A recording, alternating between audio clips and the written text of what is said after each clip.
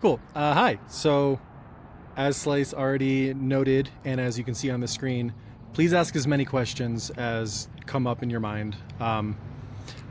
All of these sessions are going to be recorded, so don't necessarily worry about trying to write every single thing down because the presentations will be shared later on.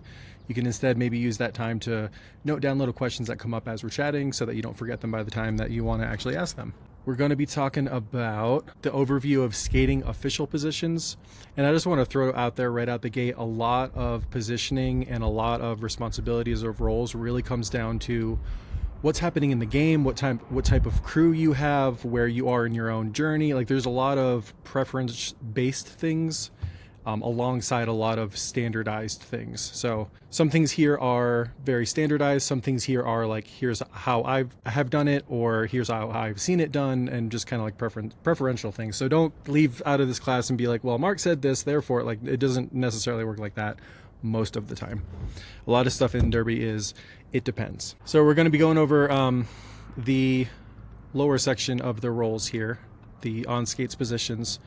Back IPR, front IPR, jam ref, outside pack. If we have enough time at the end of it, we can also chat a little bit about head ref and alting. So we're going to approach this with the method of covering the what, the how, and the why, kind of similar to last session. And for the what, we'll start with IPR. You need at least one IPR for a game. The requirements for a game are 3 on skates officials, 1 IPR because you have to have a pack, and 2 jam refs because you have to have points. So you need at least one, but you typically have 2, one in the front, one in the back. They're communicating pack things and out of play things. They're viewing actions and issuing penalties visible from the inside of the track. They're helping pass communications from the inside to the outside as needed, and also helping pass communications to the PLTs. They're ensuring the number of skaters lining up before the jam starts are correct, and there's the correct number of jammers and pivots. So yeah, that's the general basic responsibilities of what IPRs are doing in the sport. Common communication that comes up for IPRs, either the communication that they have or communication that is brought to them. Clarifying questions about calls and no calls. You might have a crewmate come up to you and say, I saw the beginning of this, did you see the end of it? Or here's what I saw, did you see the same thing? Or you might have the teams coming up and saying, why did you call this thing? What was the metric you used? Or did you have eyes on this thing? Why didn't you call this thing? So just always be aware that those conversations are going to be coming up. So anytime you see a thing or call a thing or don't call a thing, try to be prepared to be able to talk about that thing. You're going to be doing a lot of pack as IPR, especially back IPR. We'll do a whole session on pack, but generally the common communications are pack is here, or pack is in the front, or pack is in the back, or pack is all, or there's no pack. There's a lot of like more nuanced kind of ones, and we'll dive deeper into those in the actual pack session. Like pack is back 3, and like throwing little numbers in there, just extra little forms of communication to help with your delegation of pack responsibilities with your other IPR, but we won't get into that today. You're also helping out with clock stoppages as needed for the crew, for OTOs, and watching for timeouts called by the teams. You're confirming penalties, meaning you're passing them on to your PLTs, or you're picking them up from someone. Maybe a jam ref passes it off to you because they're zooming by you, confirming that that person goes to the box, and also confirming if any of the PLTs have questions about what was called, remembering what the thing that you called was and who you called it on. And then you might have requests to look for specific actions, and that could be from your own crew or it could be from the teams. So your crewmate might say, I don't necessarily have the best position to see this, but I'm feeling like there may be some of this going on. There might be some of like forearmy stuff going on. Can you help keep an eye out for me? Or the teams might be saying, we're feeling a lot of this happening. Can you keep an eye out for it? Getting into the why and the how. So you're going to be as the back IPR, you're going to be the main person to handle pack definition and out of play behind the engagement zone. So we can go into more depth during the pack class, but your pack is the greatest number of skaters composed of members of both teams within 10 feet of each other. From that core group of people, you get 20 feet in either direction. So if the pack is all right here, you can go 20 feet beyond that and you're still in the engagement zone, and same thing in the front. 20 feet beyond the pack is out of play. So contact can only happen within the engagement zone, so either within the pack or within 20 feet of the pack. I know that's kind of wonky to talk through without visuals. We'll get into visuals with the pack stuff, but that's the basics of it. You're making sure that people are in the designated area of where contact is allowed to happen in the sport. You are, as part of the pack stuff, you're watching for destruction and failure to reform penalties. We're also going to cover penalties on the next 2 sessions. So if you have any specific questions about penalties, we can definitely cover them there.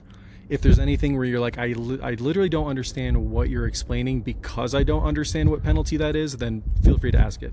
But as far as like the nuancy stuff about the actual penalties, we'll cover that later. You're going to be communicating how to share pack definition responsibilities with the front IPR.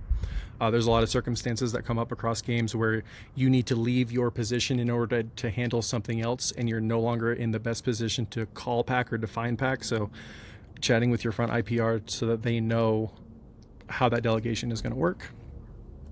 You're going to be very chatty with your jam refs about what's happening with the pack as their jammers are working through the pack. Like if you see star passes, or if you see it wasn't actually the legal star pass, or if somebody is about to go out of play or they are actually out of play, any information that is relevant to your jam ref so that they don't have to second guess and they can just go on their way without having to freeze to wonder whether something was good or not good. All the communication you can give to them just helps them do their job quicker. Positioning, we'll talk about that on some upcoming slides. Relaying information to your crew. Penalties from OPRs that may have not been acquired by the jam refs or the inside NSO staff to ensure that the proper communication occurs. So sometimes an OPR makes a call on the jam ref, but they're so far away from each other that you are closer to the jam ref and you can pass that information along. Or same with the NSOs on the infield. OPRs are sometimes really far away and they're hard to see or hard to hear. If you can see or hear them, pass that on to the people who need that information. Picking up penalties that jam refs drop off as they skate by. Sometimes they'll see something, they'll blow the whistle, or they'll just point and give a hand signal, just a really quick form of communication, but they don't actually have time to make the full call. They'll just drop that off to you so that you can make the full call and get that person to go to the penalty box. Are going to communicate with jam refs on the status of lead on the initial trip when possible, so like whether it's open or closed, as well as the opposing jammer's status. So lead is open or lead is closed. I just use open or closed. Or communicating that a jammer is in the box. That form of communication can be helpful because it can sometimes be confusing counting skaters as the jam ref is coming through the pack and accidentally counting one of the skaters as a blocker when they were actually a jammer. Sometimes it's just helpful to know there's actually no jammer in the pack. Don't worry about it this trip. Those communications should not take priority over your main responsibilities like calling pack. If you have to make a decision to do one or the other, do your pack calls. Those like extra form of communications are a nice to have but not necessary. Common penalties that you're going to see in the position. Multiplayer blocks within the rear wall. You're usually going to be hanging out with the rear wall as the back IPR. You're going to be working with your back OPR and middle OPR to ensure that there's coverage for back blocks. Because you're further behind the pack, you can kind of have eyes on both of the walls' backs. Direction calls. Directions are based on the inside line, and that's where you are. So it's generally easier as an IPR to have, just by default, a better starting place for having the position to see a direction call. It's not saying that they're the only ones who can have it. It's just kind of easier for them to automatically be in position to see them. With the jam refs being in motion at speed, helping them watch for cuts on the inside line. Sometimes they happen so quick it's hard to see while you're skating at full speed, so watching the line for them. Watching the jam line for false starts. So false starts are when the jam is starting and there's someone touching either the jammer line or the pivot line who is not allowed to or should not be touching or over that line. So each line is kind of named appropriately. The jammer line, only the jammer can be touching that. They can't be over it, but they can be touching it. Nobody else can be touching it. Anybody other than the jammer is touching or over the jammer line, something needs to happen. There's a false start warning. We'll get into like what penalties can happen within that, but generally if somebody is touching the jammer line at the start, you give them a false start warning. If they don't see their position, then there's a penalty that follows up with that. For the pivot line, there's some additional rules around that. The pivot is allowed to touch it. they're also allowed to draw false starts if any opposing, or not opposing, if any blockers who are not pivots are in front of that pivot's hips. I know this is a little weird to talk about without visuals again, but if I'm a pivot and I am touching the pivot line and a non-pivot is in front of me, in front of my hips, they can get a false start warning even though they're not touching the line. Or if any non-pivot blockers are touching the line, all of those things are false start warnings. So as IPRs, you're generally the ones watching for those. Again, we can go into those at more length during the penalty discussions, but hopefully that helps clarify a little bit of what I'm talking about when I mention false starts. Beginning of the jam, people touching lines that they're not supposed to be touching. It's helpful to be aware of the skaters coming back from the box to ensure that they have a legal re-entry. So as a skater comes back from the box, if you're the back IPR, that person has to come in behind everybody except one teammate. And generally you're back there because you're the back IPR, so you can have eyes on whether that re-entry was legal or not. And then watching for back blocks when offense is being played from the inside line towards the outside line. So a lot of times, because you're generally near that back wall of skaters, if somebody is moving from the inside line towards the outside line and you can see them moving laterally directly into somebody's back, you can have the position to see a back block on that. A good helpful thing, something that I have found helpful, is as an IPR, if the action is happening closer to the inside line, I generally have better eyes on that line as opposed to the OPRs who can't see that line. So if the action is closer to the inside line, I'm looking down for cuts, low blocks, lower action, and the OPRs can kind of do the opposite. They can look high, they can look for high contact and things like that. And the opposite is also true. If the action is happening closer to the outside line, I, being on the inside, don't have a great eye line on that outside line. The OPRs do. So I can help watch for high contact while the OPRs can prioritize the line and the low contact stuff. So depending on where the action is on the track, work together to make sure that you as a back IPR and the back OPR aren't both looking at the same thing. Look at the thing that you have a better line of sight on. It's also helpful to be checking the number of skaters on the track before the jam starts, especially if the penalty box is directly opposite of the starting position, the jam line, and you're already facing the track and the penalty box is right there. You can see if anybody's in the penalty box and if that number is in relation to how many people are on the track. If there's too many pivots, too many jammers, too many blockers, anything like that. All right. As far as positioning for calling pack, this is it depends. Even just somebody's height can drastically change where they might position to be able to see the things that they need to see to make that call. Be where you need to be to best gauge what 10 feet is. So in the top picture, you can see where it says this is a pack. That back circle with the stripies in it as the back IPR. It's pretty clear that everybody is within 10 feet, so you can kind of drop back and help out with other things that aren't pack related. Sorry if you hear the wind, that's really loud. If it's very clear that the pack is together, you can kind of float and be where you need to be to help out with the other things. But if in the bottom picture they're getting more spread out, it can help to be closer in between the two walls to best gauge who is or is not within 10 feet of each other. So changing your position to be able to see what you need to see when the things are happening on the track. Same thing for out of play being 20 feet. Be where you need to be to best gauge the 20 feet. Also be in the best position to see for cut calls and or illegal contact while out of play. So if you're following that out of play towards the back and there's potential for somebody to cut or make contact while they're out of play, you want to be able to see that while maintaining whether they are or aren't within 20 feet. So I find it helpful to have the people that I'm tracking as the rearmost blockers kind of on my side, like in my periphery, so that I still have eyes in front of where the rest of the pack is, so I can see them to my side and I can see them in front of me. I can still see if somebody cuts here. I can see if the rest of the pack has moved back and it's not actually more than 20 feet anymore. You don't want to fall into that thing where you're staring directly at the skaters who are at 20 feet, completely missing that the rest of the pack has moved back and they're 5 feet away from everybody now. So once again, be in the best position to see the things that you need to see, where 20 feet is and where the most likely penalties might happen. As for starting position for back IPR, there's options here. You're going to be wanting to have eyes on that jammer line for the false starts that we talked about earlier. Depending on what your preferences of your jammer ref's starting position, it might be different. If you're feeling like there's a lot of back contact happening through a game, you might cheat a little bit further back at the start of a jam, like at the picture on the right. But generally it's easier, better to be in line with that jammer line so you can see if anybody is touching the line and if anybody's over the line.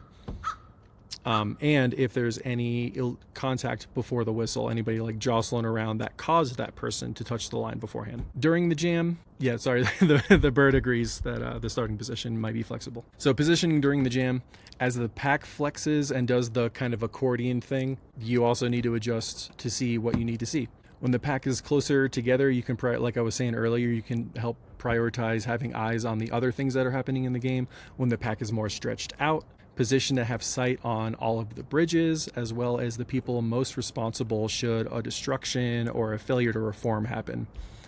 Generally, backing up off the line is helpful for a wider perspective. So like in the picture on the right, you can see that highlighted pink back IPR is further off the line because they can see more the further back that they are. From backing up like that, they can see those two black blockers on their right side. They can kind of still see their front IPR all the way on their left side, and nobody is kind of behind them or out of line of sight. When it comes to, I had mentioned the destructions and the failure to reforms. So you're keeping track of the distance of the people, and you're also keeping track of, should something break, who's going to be the most responsible person. So in the picture on the right, you can see that the black blocker on the jammer line and that white blocker directly in front of them, those are the two people that, should either of them move more than 10 feet away, that's going to be a destruction. So keeping in mind who the relevant skaters are to keep in mind, if that makes sense. Any questions about anything related to back IPR before we move on to front? There are some questions in the chat. I believe Lo had a question, are there usually zones for outside pack refs? Yep, and we will totally talk about those. And Slice had a question. Yeah, my question is, you mentioned earlier that the inside line was used for direction calls, and I was just wondering if you can expand on that, because I don't know what that means. Yep, so especially relevant in the turns. If you see someone move laterally along the pivot line, and you can see they're moving from a straight line from the inside line to the outside line directly along that pivot line, if you take that same exact motion and move it 10 feet forward into the turn, that same exact motion is going to be actually direction. It's going to be moving backwards just because of how the turn works. And that is based on the starting position of the inside line. Like in the picture, the pictures here, those hash marks can be really helpful in the turns to determine whether somebody is moving laterally or not laterally. See if you can see my mouse at all. I don't know if you'll be able to. Maybe not. I can see your mouse. Oh, wait, there we go. Yeah. Okay. So can you see two of my mouse? Oh wait, there we go. My mouse is on the jam line right now, right? Is that right? Yeah, there's two, but one is definitely on the jam line. So the tinier one that's on the jam line, if somebody moves exactly along this one line this way, that's a lateral move, that's not a direction. If that same move happens here, that is a direction, because you can see this hash mark actually moves that way because of the turn, and that is based on this starting position right here. So any motion is based on the inside line, if that helps make sense. Yeah, that makes more sense now. Cool. Any other questions? So basically a direction is when you go backwards? When you cause impact on another opposing player moving opposite derby direction. Everything in derby is supposed to be happening in derby direction or laterally. If you're not moving, if you're stopped, or if you're moving opposite derby direction, that's not the way the sport is supposed to be played. So if you have impact while you're making those moves, then it can be a penalty. Did that answer your question? Yes, it totally answered your question. Thank you. Cool. All right. Good. Moving on to front IPR, it seems like. If not, you can always throw questions in about anything that we've covered earlier anytime through the session. So front inside pack ref. You are the main person responsible for handling out of play ahead of the engagement zone. So based on that front wall of the pack, 20 feet beyond that, towards the front. And you're also helping out with pack definition with the back IPR. You're watching for destructions and failure to reform penalties on the front wall. So anytime there's a no pack called, generally the back IPR can help with if there was a destruction caused by somebody in the back, or if there was a failure to reform based on somebody in the back. And the front IPR can help handle if there was a destruction caused by somebody in the front, or a failure to reform caused by somebody in the front. Positioning we'll talk about in some upcoming slides. Communicate how to share pack definition responsibilities with your back IPR as and when needed. Back IPR generally handles pack more often, but you need to always be aware of where the pack is, what is happening with it. Sometimes you'll need to echo the pack calls. Sometimes you'll need to take over pack definition. So you still need to have pack communication in mind across the game, even if you're not always the one actively calling it. Relaying information to your crew. Lead status is incredibly helpful for your jam refs, and especially when it's a really long jam and both jammers has been stuck on their initial trip for a very long time. It can sometimes be tricky to remember, have I completed a trip yet or not? So communicating to them the status of lead is open or closed. Or if one jammer gets out, but they got a penalty, or they had taken their helmet cover off, or there was something where they lost the ability to get lead, it's helpful to remind the other jam ref lead is still open, even though the other jammer got out first. You're generally pretty chatty with your jam refs about what's happening with the pack as their jammers are working through, especially when it comes to out of play in the front. You'll see pretty often a jammer is pushing that front wall and pushing, and people are dropping bridges, and they're down to 1 or 2 blockers in the front, and they're pushing them all the way out just to the brink of 20 feet, to the brink of out of play. As that front IPR, I'm chatting with my jam ref, like, you're still in, and you'll hear a lot of IPRs just saying in, out of play. You're just communicating that you have eyes on the information that jam ref needs without the jam ref needing to try to look for it themselves. Star passes or not star passes that you see along the front wall, if it was not a legal star passing for some reason, especially when jam refs might be looking at feet for cuts, or they might be looking at hips for passes. If they miss that their jammer actually did a star pass, you can help with giving them that information. You're also helping relay the OPR signals as they're passed from the outside to the inside. Or if the jammer is calling it, sometimes the jammer's on the outside line and it's hard for the jam ref to see it. You can also be the one to help them, hey, your jammer is calling it, so that they know to get in some better position to see their jammer tapping their hips. You're also helping pick up the penalties that jam refs might drop off as they skate by you.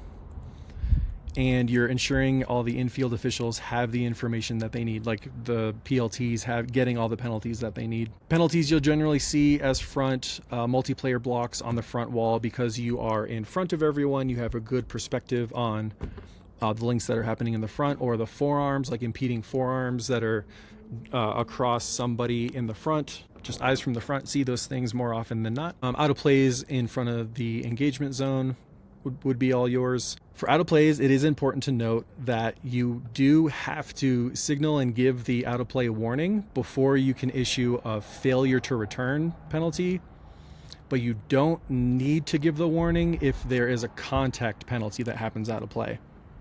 And we can dive deeper into that when we get into the penalty discussions, but that is one piece that can be a little tricky sometimes.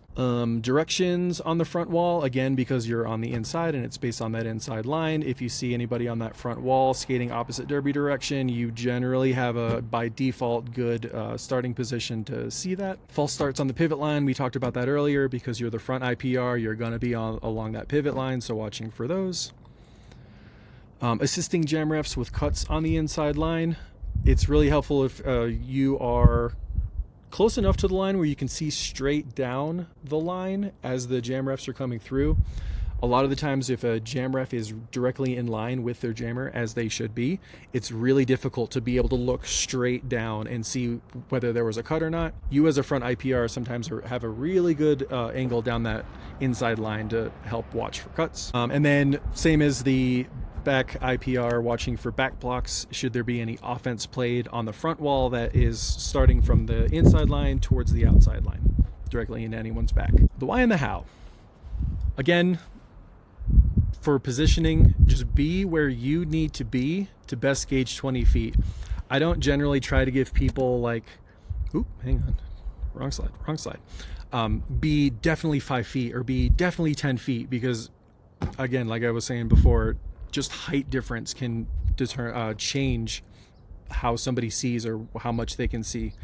So just be where you need to be to gauge 20 feet for out of play or 10 feet for pack. And just relaying the same thing I said about the back IPR as far as positioning, keeping those people who are out of play in your periphery while also keeping an eye on the pack to make sure that the pack hasn't moved up to reform those people who were previously out of play. As the front, you want to make sure that you don't let any of the players get behind you because then you can't see them. The closer you can be to the pack, the better, but you don't want to be so close that people end up creeping behind you very, very easily. As far as how far you should be from that front wall, again, I don't give like a 3 feet, 5 feet. I give a however far away you need to be to see the whole front of that wall. You need to be able to see anybody's forearms in that front side of that wall. So however far that is from the line, that's where you should be. When it comes to pack stuff, this is an example of that back IPR dropped back to watch for an out of play back there with the white jammer,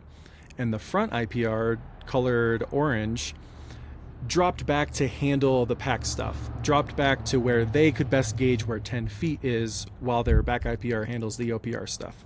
So it's just an example of sharing that responsibility of pack definition. And I think, yep, that's everything for front IPR. Any questions about front IPR? Should the front and mid OPRs try to note that situation? Which situation? Hey, you said, when the rear IPR has to drop really far back. So the front IPR is now kind of in the middle of the pack. So should the front and mid OPRs try to compensate and help look for forearms and things and multiplayers more than they would before? That's a great point. Yeah. It is really great when a back IPR and a back OPR can kind of mirror each other opposite when it makes sense. Sometimes you're both in line with each other, but looking at different things. But yes, this is a scenario where that front OPR should really be focusing on having eyes across the whole front. And maybe the middle OPR moves up to be in line with that front wall to watch for like passes and potential cuts and things. So yes, totally. OPR should always be keeping in mind what the IPRs are doing to make sure that there is coverage across all the different things happening in that game. 100%. Anything else front IPR related? Cool. Jam ref. So you're always going to have 2 jam refs. Can't have a game without 2 jam refs. One's designated for each team's jammer. You switch at the half. The reason for that is just because there can be differences in the speed of call-offs or the sight of passes, and it was deemed by the sport that switching at the half makes sure that the skill or experience level or preferences or whatever it is of each different jam ref, each team gets an equal representation of those things. You're determining and communicating lead status, you're calling off jams, you're counting and communicating points, you're checking in with crewmates about those things, and then we'll get into the penalties too. As far as a starting position, I generally think jam ref is a great place to start if you are newer because it is a position where you can focus on less. Sometimes it comes down to skating ability and things like that, but when it comes to things you need to pay attention to in the game, generally you can get away with less as a jam ref. You have more people supporting you on the infield as opposed to OPR. OPR, sometimes you're the only person who might have the line of sight to see a thing and there is nobody else around you to help you out. As a jam ref, if I miss something, my IPR is probably right there with me. So there's more eyes along with me, and as long as I can call lead, count points, and call off the jam, that's all I really need to do, and I can be supported for penalty calls and things like that with the rest of my crew. Once you're comfy with designating lead and call-offs and counting points, then you can get into the penalties. Generally, it's easiest to start with penalties your jammer is committing, because you should be looking directly at them. Once you're comfy with that, then you can start looking at penalties that are happening to your jammer. And then once you're comfy with that, you can kind of see penalties that are happening around in the general vicinity of your jammer, even if it doesn't relate to them. We'll talk about signals, whistles, positioning in upcoming slides. Recalling of events. Most questions and official reviews are about jammers because points. And then communication with scorekeepers. You want to make sure that they understand all of your hand signals and all of your different types of communications and any communications that they might have. Sometimes your scorekeeper is the best set of eyes to see that you missed a box point. You want to make sure that they have a quick and easy way to relay that information to you without you needing to skate over to their table every single time. And then passing off penalties. If you need to pass off a penalty to one of your crewmates, just getting in a good habit of knowing how to do that the quickest. Sometimes it's just a literal point and a hand signal, and that's all you can get away with in the amount of time that you have before you need to leave. Most common penalties seen from here: cuts by your jammer, because you should be in line with them generally most of the time. Back blocks from your jammer as they approach the wall. High blocks, especially when there's star pass stuff happening. And forearms. You see a lot of jammers who might do like prying open a wall sort of thing, or you might see people holding back your jammer with their forearms. And anytime I talk about common penalties, it's not to say that those are the only things that these officials should or could call. It's just the things that more often with their positioning they're more likely to see. If you see it, call it. As far as signals and whistles, lead jammer is the picture on the top left. You're making an L with not only your hand but also both arms. And then not lead is one of these motions. You are not lead. And you're doing those. Lead is signaled as soon as your jammer passes all of the skaters, the foremost blocker, once they've passed all the impact skaters. Not lead is not done until you exit the engagement zone, the engagement zone being 20 feet. So there is a difference between when those signals happens. Lead happens as soon as they pass that last blocker. Not lead happens when they exit the engagement zone. The reason for that: sometimes there are reasons that a skater might not have earned lead. Maybe they did not earn a pass on somebody, and therefore they can't earn lead. Even if they pass that foremost blocker, but they haven't completed their trip, they haven't exited the engagement zone yet, they can technically stop, go back, and repass that person and then get lead. So that's like one example of the reason why one is delayed until you're done with your full trip, and one is done instantly once you pass all of the blockers legally.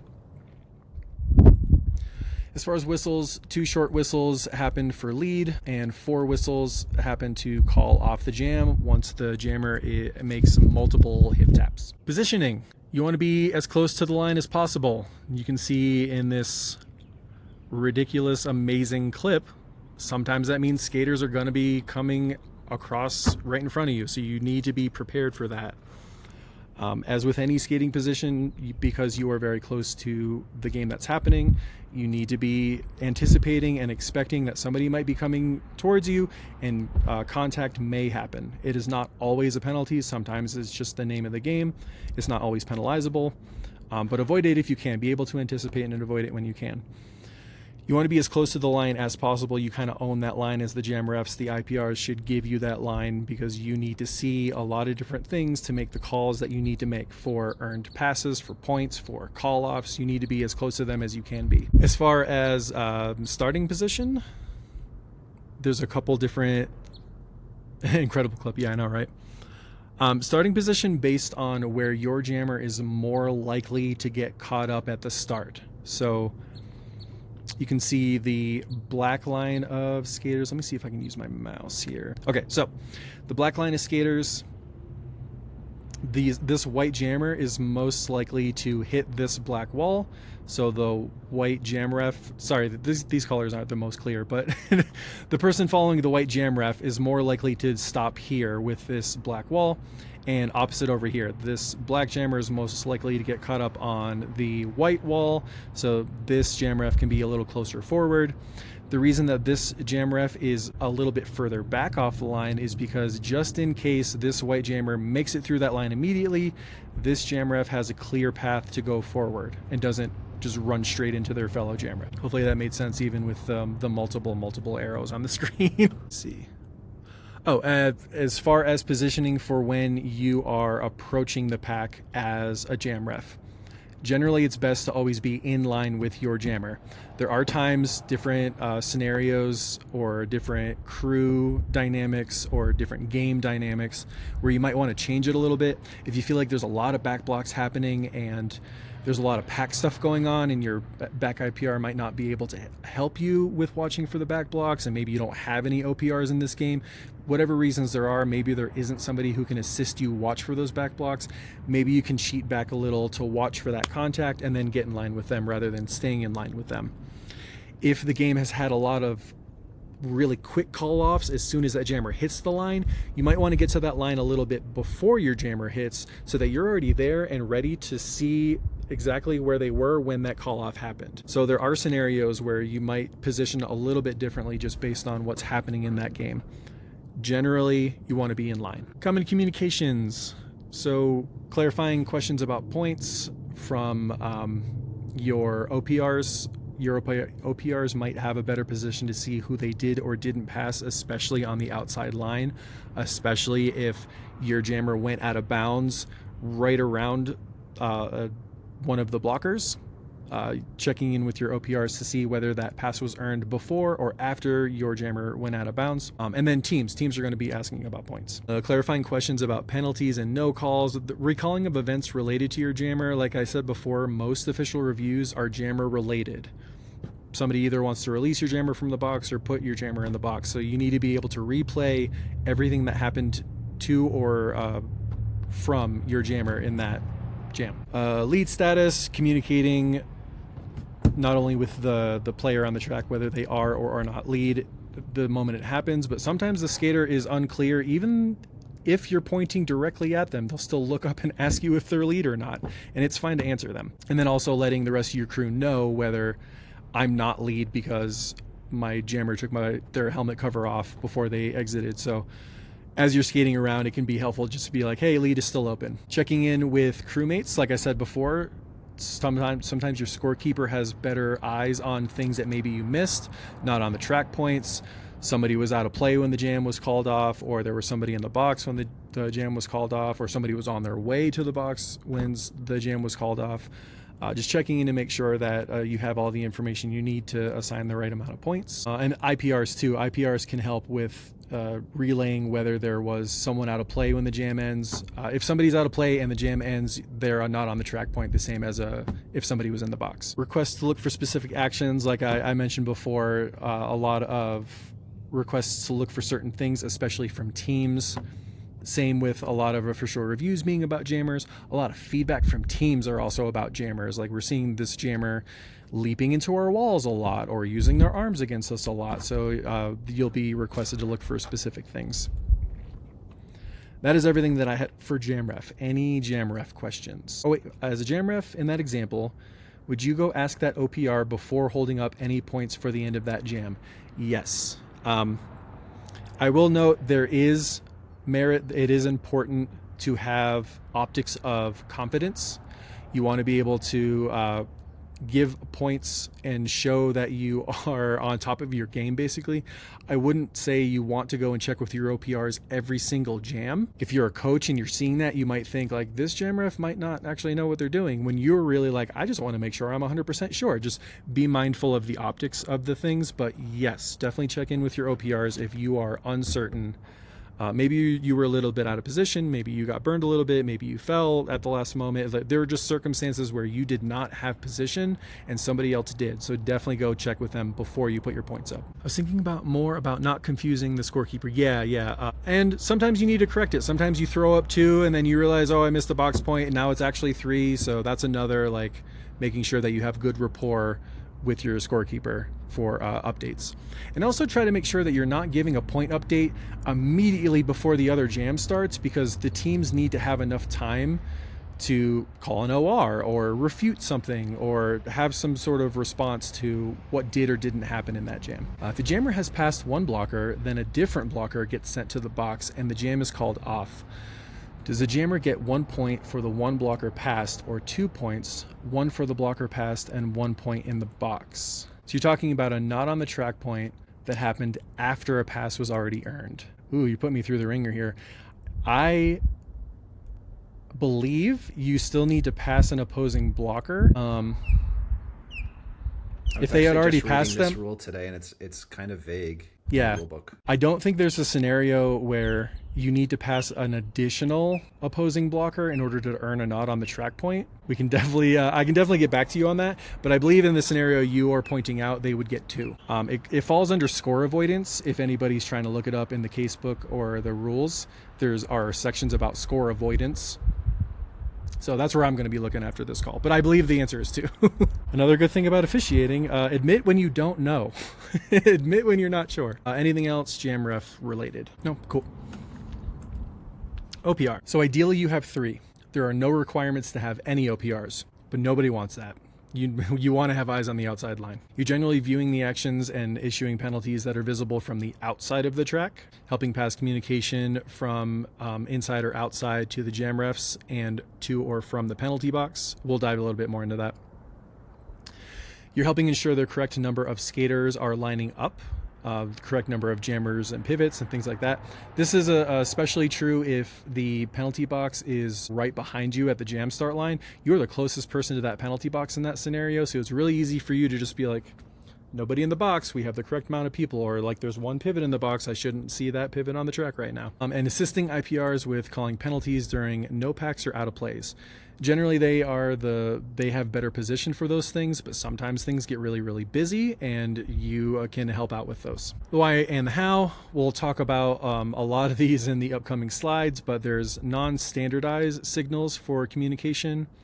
We'll talk about positioning. We'll talk about assisting with the front and back out of play calls, which kind of goes along with, I think it was Cher asking about position based on IPR, OPR relationships.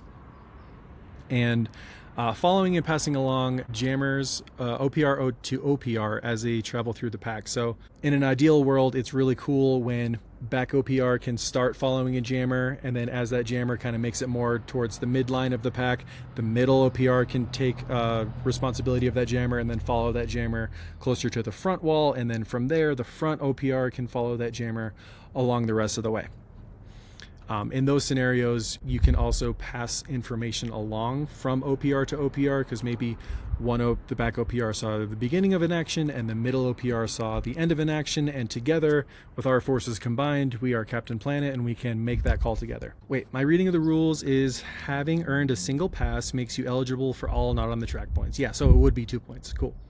As long as you become able to score again. So if the jam ended with the jammer in the box, they would get it, but if their box time ended, they wouldn't, I would assume that means. Yeah, and there's a lot of stuff when it comes to re-entering the track from the box, and we can get more into that during the pack training. No, it's good. It's good that you brought it up now, so we're not like that thing that we talked about 20 minutes ago. No worries. All right, so when it comes to non-standardized signals, there are a lot of things, and when I say non-standardized, like lead is a standard signal. Not lead is a standard signal. All of the penalty calls are standard signals. There are a lot of signals that are not standardized by the governing bodies, but are still widely used in regions.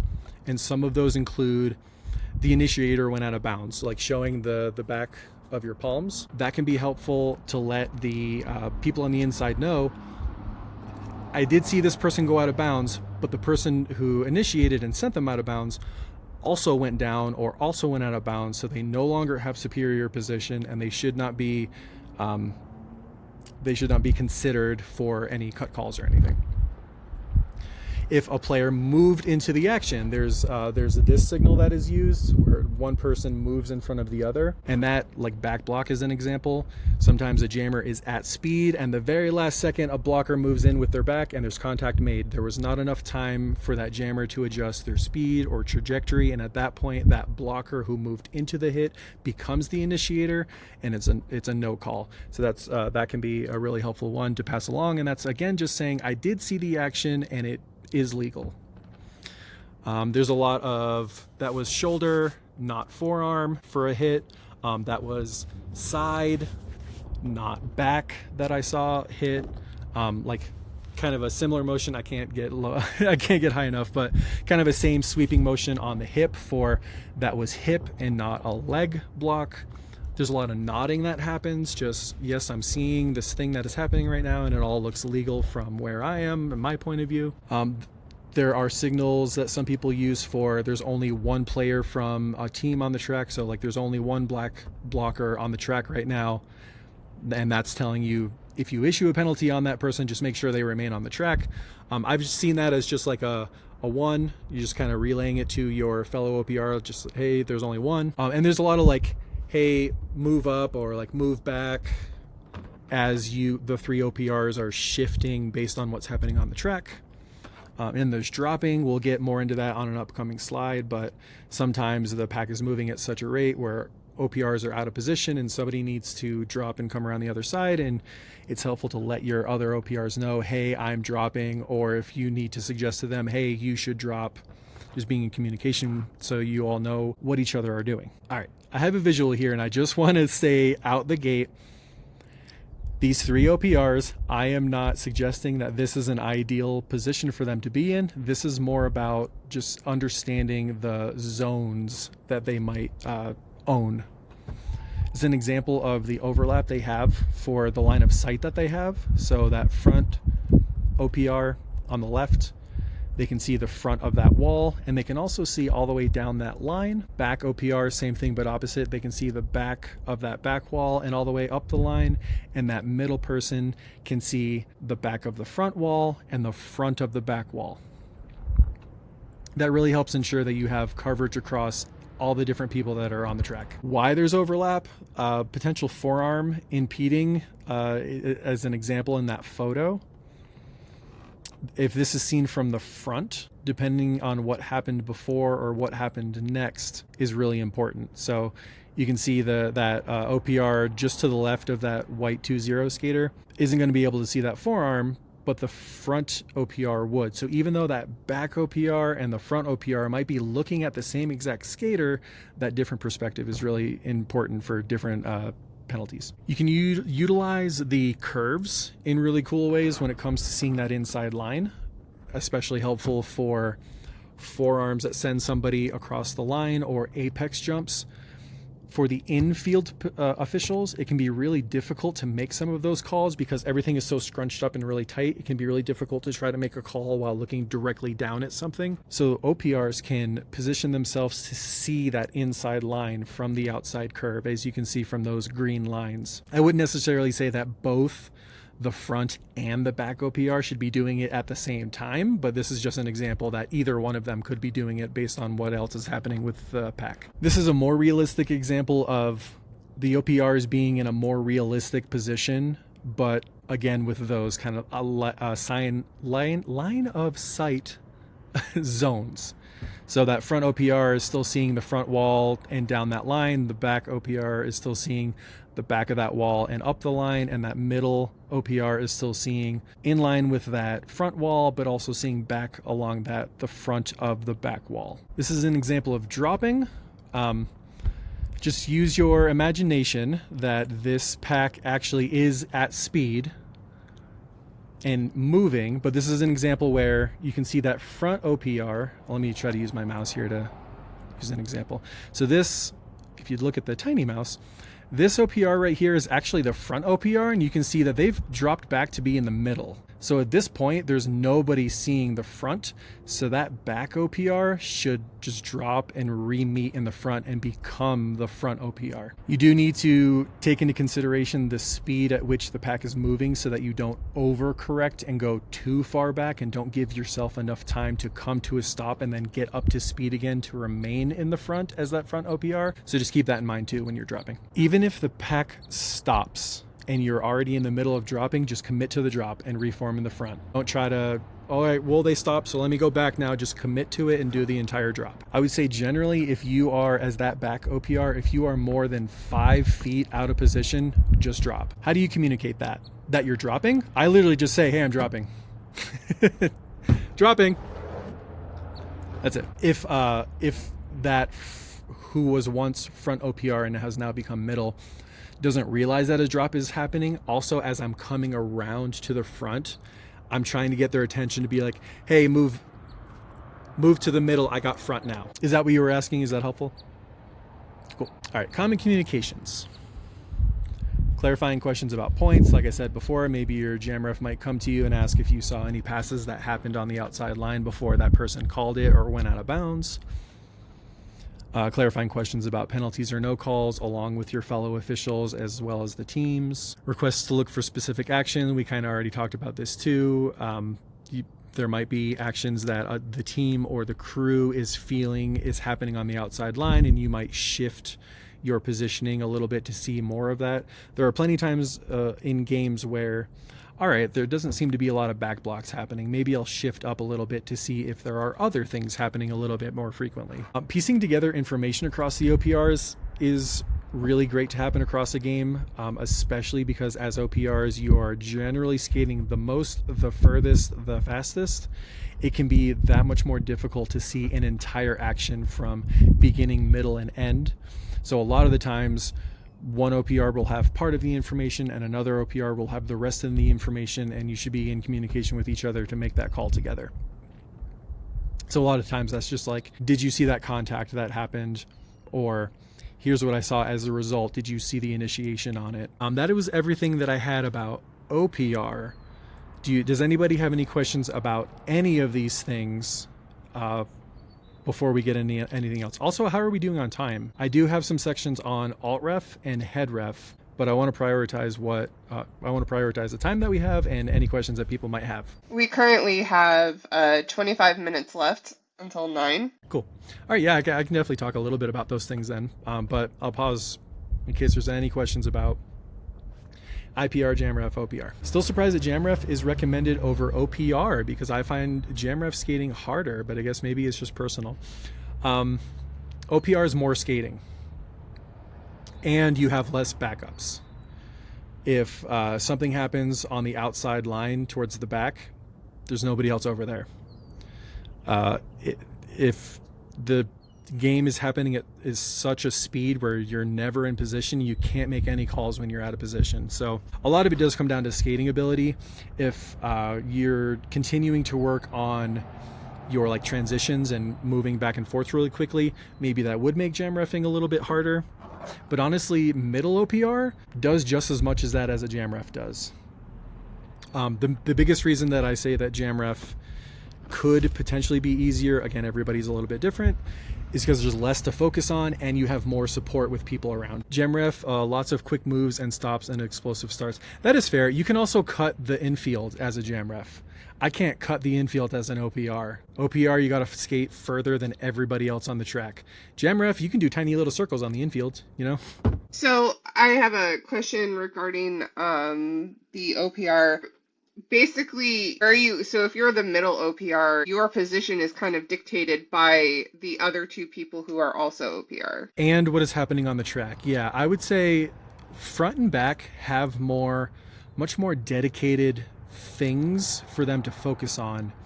Middle is more, I have like 7 things I could be focusing on right now, and I need to make a judgment call of triage on what I should be focusing on. So there are things like, this pack is really stretched out.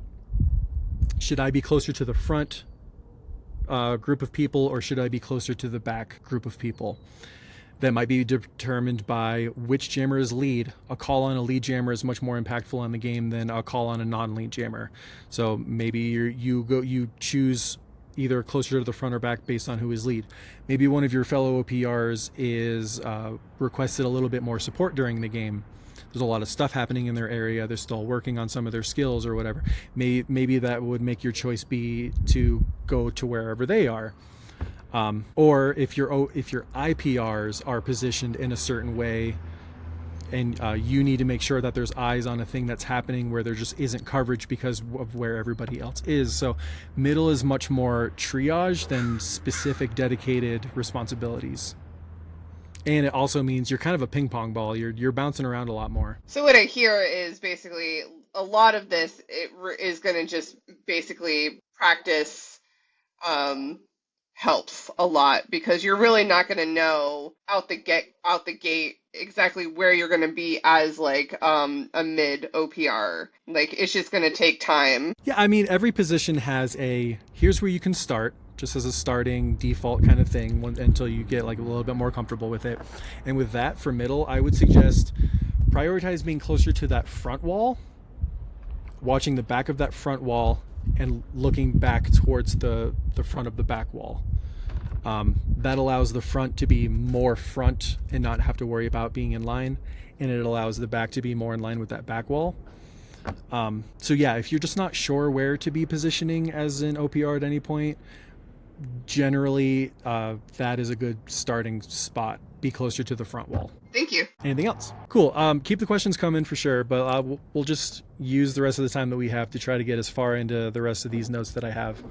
So alt ref, I will yell from the mountaintops, this one specifically, until my dying day, that alts are incredibly important. I've heard too many times that the alt doesn't even show up unless they're needed. Alts are incredibly helpful for an extra set of eyes from a different perspective. Sometimes it's really difficult as a head official to be able to see everything that's happening in the game when you're in it, when you're in the middle of it. Having that perspective of somebody from the outside of what the crew is looking like, how the positioning is looking, is incredibly helpful. It's also helpful for alt refs to take notes for their own growth. If you are somebody who is really wanting to learn more about OPRing, being able to sit and have a dedicated spot and time to observe an OPR crew in motion and ask them questions and take notes about those things, it was incredibly helpful for me starting out. Alts, I generally tell them to be wherever best serves them for whatever they need to look at. A lot of the times there will be like a dedicated spot for you to be or like a chair to sit in. But if a lot of the action is happening further away from that chair, get up and move around. You can also be the liaison for if announcers want information about ORs. It's also really helpful. Taking notes for the OR paperwork is really helpful for learning concise communication. Just hearing a crew talk through things is incredibly helpful for growing your own concise language and communication and speaking within the language of the rules and those sorts of things too. Does anybody have any questions about alting? Never heard of an alt. Okay, yeah. And that's actually not surprising. It's kind of a throwaway position in a lot of areas. And I wish that weren't the case. It's a great spot for people who are learning. It's also a really great spot for someone who has a lot of experience and can give a lot of helpful in the moment feedback to an entire crew. Yeah, and announcers, it really helps the announcers out too. I'll give a personal thing that happened at Cactus Cup this weekend. So I got to alt a couple of games for Cactus Cup. And I checked in with the crew head to be like, hey, what's been going on with your crew? Is there anything specific you've really been wanting to hone in on or focus on within your crew? Does anybody on your crew have any goals or any specific things that they're working on? And then that gave me the information to specifically look for those things and give those people feedback on those specific things in the moment, rather than having to wait like until the footage comes out, or you know what I mean? They can make those real-time adjustments. So it can be really helpful to have a very experienced alt as well. And if somebody can't continue in the game for whatever reason, funny story of Atlanta playoffs, one of our skating officials got sick because they ate gas station sushi, I believe it was, and couldn't continue in the game. So he needed to sit out. And instead of running short, we had an alt, and they could just pop in and do the rest of the game with a full crew. All right, let's chat about head officials a little bit. So head officials' responsibilities when it comes to what happens before the game can maybe be a little bit different when it comes to how different leagues are set up or how different events are set up or what have you. But generally, they can help with staffing of the crew and game day prep. Communication with the teams, especially anything beyond a quick conversation. If the teams want to talk about a specific thing that's happening in a game, but it's going to take longer than the amount of time that's in a lineup time, or if somebody on your crew is not necessarily comfortable talking through the intricacies of a question or something, you as the head official can field those types of questions. You try to be really proactive as you can, rather than reactionary and very problem solving. It's a lot of administrative kind of like group dynamic management sort of role, above and beyond the being an IPR. It's also managing of the crew and being the rapport with the teams. They're also responsible for like the IGRF for sanction gameplay and giving feedback to the crew. And why that's important: game flow is incredibly important in a game. One of the worst things that a crew can do is when a team is gaining momentum and they have a streak of high point jams one after another in a row, to take a 5-minute official timeout because something got missed and now there's a big thing that needs to be sorted through. Being proactive to prevent those things from happening so that you don't impact a team and kill a team's momentum because of something that the officials did is incredibly important in a game. The growth of the crew is also very important. The crew wants to know that they're doing well, and also every game is a little bit different. Every team is a little bit different. Every crew dynamic is a little bit different. So making sure that what is happening in that game is the triage, like best version of what people can be doing. And you're helping ensure that safety and fairness that we talked about in the last session. That is, like, you are the main point of contact to make sure that things are happening safely and fair, because you are the point of contact for the teams about those things. So how do you do it?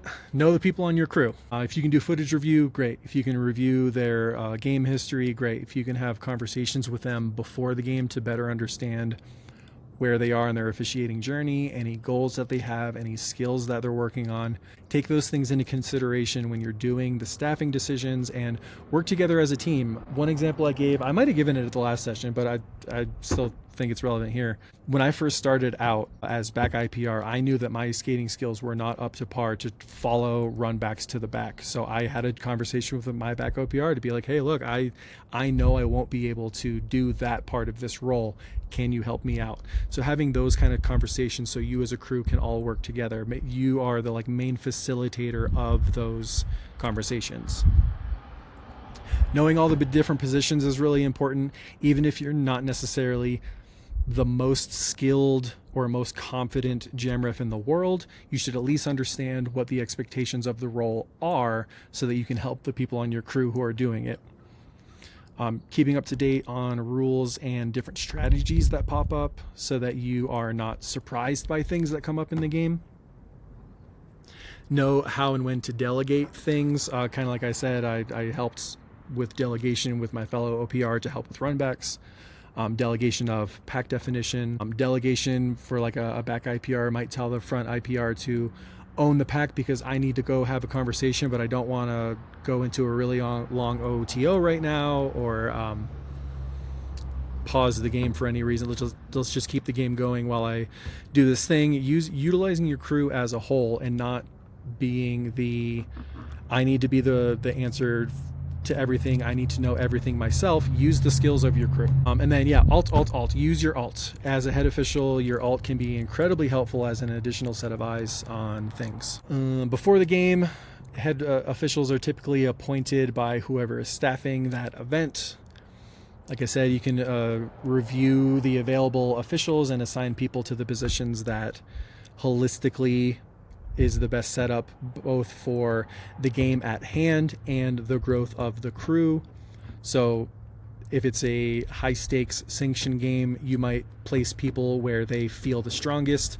If it is a for funsies scrimmage that the teams aren't necessarily super worried about the score, you might put more people into stretch positions, into positions they haven't done as frequently so that they can gain that sort of experience. So taking those kind of things into consideration when you are making staffing selections, and staffing people in a way to help them support one another. So if you have a few people who feel sort of okay OPRing and you have someone who is very confident in OPRing, having that confident person along with the people who are still growing their experience there so that there is like an anchor, you might hear it called, in that positional family can be really helpful. Make sure that if there's anybody who is maybe in that stretch position or in a position where they could benefit from having support, that there is actually someone who can support them alongside them. Throwing somebody into the deep end and calling it experience isn't great. Give them somebody that they can bounce their questions off of throughout the game. You're going to be hosting the captain's meeting. You meet with the captains and the alternates and the other head official, and you also hold a meeting with the entire crew. I think we go into that a little bit more. Yeah, so captain's meeting, make sure that you're introducing everybody who is a part of that meeting, identify who the C and the A are for each team, clarifying any questions that the teams might have, document any skaters that can benefit from accommodations. So like, for example, if there is like a hard of hearing skater, maybe they want direct eye contact, or they something that would help them with communications, just making sure that the crew is aware of those kind of requests. Explain your style or communication. Some people give feedback right away. Some people wait until halftime. Some people are very chatty about things. Some people go and chat with the head of the captains and the teams quite a bit throughout the game, and they don't want the jam timer to go in an official timeout if they're out of position. Some are okay with the game to continue if they're out of position. So just making sure that everybody's on the same page about what your general style is when it comes to certain things through a game. And generally in that meeting, the teams will talk about where each team is going to start with benches and whether they're going to switch at halftime or not. I'm trying to run through this so we get through it all within time here. There's also the officials crew meeting. So introduce one another and what each person is doing in the game. Review any information obtained from the captain's meeting. So like if there was an accommodation that was requested, let the teams know who the captains are and who the A's are. Let them know any questions or concerns that the teams had during the captain's meeting so that you as a crew can make sure you're all on the same page about that topic. Answer any questions your crew might have. And that's an important note for anybody who is a part of the officials meeting. Try to think about anything that came up in your recent practices, recent scrimmages, recent games, recent footage review, recent conversations that you were like, yeah, I'm not totally sure about that. Or that's weird, I saw it done differently here than over there. Bring that up at the officials meetings to make sure that you as a full crew are on the same page about it. And discuss how to support one another. Using that analogy once again, if an OPR can help me out with a certain aspect of my role, have those discussions beforehand. If anybody has goals or things that they're working on, that can be really helpful too. It's really difficult for someone to ask for feedback when, like after the fact. You're like, well, I would have watched more often or for more specific things if I had known that you were working on that beforehand. Now I'm having to like retrace back into a game to think about whether I did or didn't see certain things. So bring those things up ahead of time. During the game, you're leading the crew and managing issues as they come up. You're kind of the triage point for any weird things that come up. You're keeping game flow steady, but use your official timeouts as necessary. Like I mentioned before about game flow, you don't necessarily want to launch into pausing the game clock over and over and over again, but you do want to make sure to take a timeout to correct things that could potentially snowball into a bigger issue later on. The more you do it, the more you will gain an understanding of which things can wait, which things aren't going to have impact right now, maybe they can be sorted out at halftime, and which things are like, no, we really need to sort this out right now, or else something else might happen bad later on. Like for example, if you're not sure about penalty count and somebody is on 6 or maybe 7, you want to take a pause and clarify that in the moment. You want to be able to have rapport be available to the teams if they have specific questions throughout the game. Clearing things up in the moment is much easier and much less frustrating for teams than waiting until they have to call an OR about it. Or if a team brings you a request like, we're feeling a lot of X, Y, or Z, we're feeling a lot of impeding forearms that we're not seeing are being called. And then you have a discussion as a crew and you actually call some. Going back over and being like, hey, we chatted about it as a crew and we actually have seen some, and that last one that we called actually wasn't impeding forearm. Just letting them know that you did take their concerns into consideration and you did implement them with the crew can be really helpful. Collecting feedback from the teams at halftime so that they can have a longer discussion about how they're feeling through the game. Sometimes the amount of time of a timeout or with lineup time, you can't really get into longer discussions about how things are feeling or seeming or optics or whatever. So at halftime is a really good point to check in with them, to have a little bit of a longer conversation about anything that they might want you to have a conversation with the whole crew about, and vice versa. If the crew is feeling a lot of things that are happening on the track that might be a good thing to mention to the teams, or any warnings or anything, you can pass that along to the coaches as well. And then same thing with your crew. Check in with your crew to see how they are doing, how they are feeling. If questions came up, check in with them a little bit later to see if they've been able to implement whatever you chatted about, or if it makes a little bit more sense now, or if they had any follow-up questions now that a few more jams have gone by. Just keep in constant communication and don't just wait until somebody asks. A lot of the times people won't ask, so initiate those conversations. After the game, especially for sanctioned games, the head officials need to sign the IGRF, just noting that, yes, I am confirming as a head official that the score and the penalties, as noted in this paperwork, does reflect what I observed today. Have a crew debrief, same as halftime. How did the second half of that game go? How did anybody feel about the goals that they set at the beginning of the game? If the teams have any additional feedback at the end of the game, especially in a tournament setting where you might see that team again very soon, capturing that feedback once again. And if it's your home league, if you're a head official and it's an event happening with your home league, maybe you have a post-mortem debrief as a league to be like, here's some weird stuff that came up on the officiating side of things that we should talk about as a league, to make sure that is better next time, or this thing was really great, let's make sure that we keep doing this thing. Work with your league to make sure that how the officials are feeling through an event is taken into consideration at the league level. I think, real quick last thing, there's also tournament heads and crew heads. Those are more for tournaments, and that's where you have a set of games or like multiple days worths of games, and they have additional responsibilities beyond the head official of a single game or of like a double header. And there's different processes that go into that.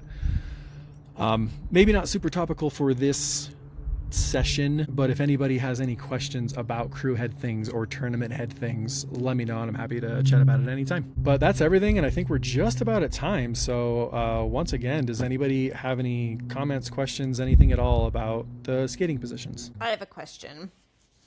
Do you find that people tend to like a certain position of officiating? Like, I really like to do back IPR. I really like to do jam reffing. And do you, I mean, I know that that's usually asked when you fill out like an application to officiate a game. So I guess, is it good to be diversify or kind of focus on one thing? So that has sort of a mixed answer. It is always great to diversify for sure. You are more likely to be selected, especially if there are a lot of applicants for an event, if you have experience across multiple positions. I've had a lot of different conversations with head officials, with tournament heads, about like, if something goes sideways and if any of these people need to drop out, or if anybody gets injured during the event or something, the flexibility of someone's experience to pop into any position regardless of who might not make it at the event, it's more likely that that person is going to be chosen for an event than someone who maybe you've done 1,000 games as an OPR, but you have only ever OPR'd. If you can only fill that one spot, it's less likely to be as useful.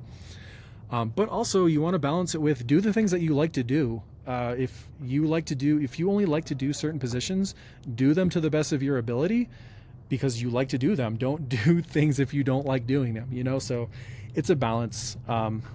It is helpful even if certain positions aren't your favorite thing to do ever.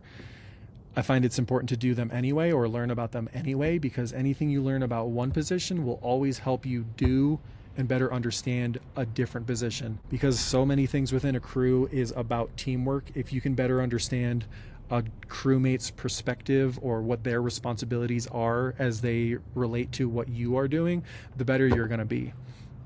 So sort of a mixed answer there, but yes, it's great to diversify. Not necessarily necessary for every official out there in the world. If you're looking to gain more experience with like traveling or tournaments and things, it is better to be more diverse. Did that answer your question? Yes, thank you. And Cher has a question as well. Actually, yeah, I see shares. I will say too, sometimes people will like jam riffing more just because they like to skate really fast, or especially anybody who is a player. If they are a jammer, I find those people generally like to jam ref a lot because they like to see other jammers and follow other jammers, and they already understand what jammers are going to do because they are one. So those are things that come up too, of like why people like certain positions better than others. I've heard in a Zen of Reffing video that sometimes teams can unofficially use a team timeout to chat with the head ref without all the dressing or benefit of an official review, but to be able to bring things to the head ref's attention, like to mention penalties they think are happening. Is that a thing? Yes. Yeah, you can definitely, even without taking a timeout, you can pop in and say that you're feeling this or that, or asking what was the metric used on this call, or did you take this into consideration when that call was or wasn't made, or like did you count the box point when you counted those 3 points? You can definitely do that during lineup time. If it's going to be a longer discussion than lineup time, you can definitely do that at a timeout. I think the main difference between doing it with a timeout and doing it with an official review is with an official review, you're asking the entire crew to talk together and come to a consensus together in that moment. Whereas in a timeout, you may only have the attention of the official you're directly talking to, and that official might be able to disperse that conversation to the rest of the crew, but not in the moment. It might take a few jams for them to relay that information to the rest of the crew. So it kind of comes down to the timing of the thing that you're wanting to bring to their attention. Sometimes a discussion comes up during a timeout and a call does get made even without an OR. That's a possible thing too. All right, thanks, Mark. I think we might be over time, but I believe, hopefully I have the date right this time, May 5th is the next virtual one. And we'll launch into penalties. It'll be a 2-part series.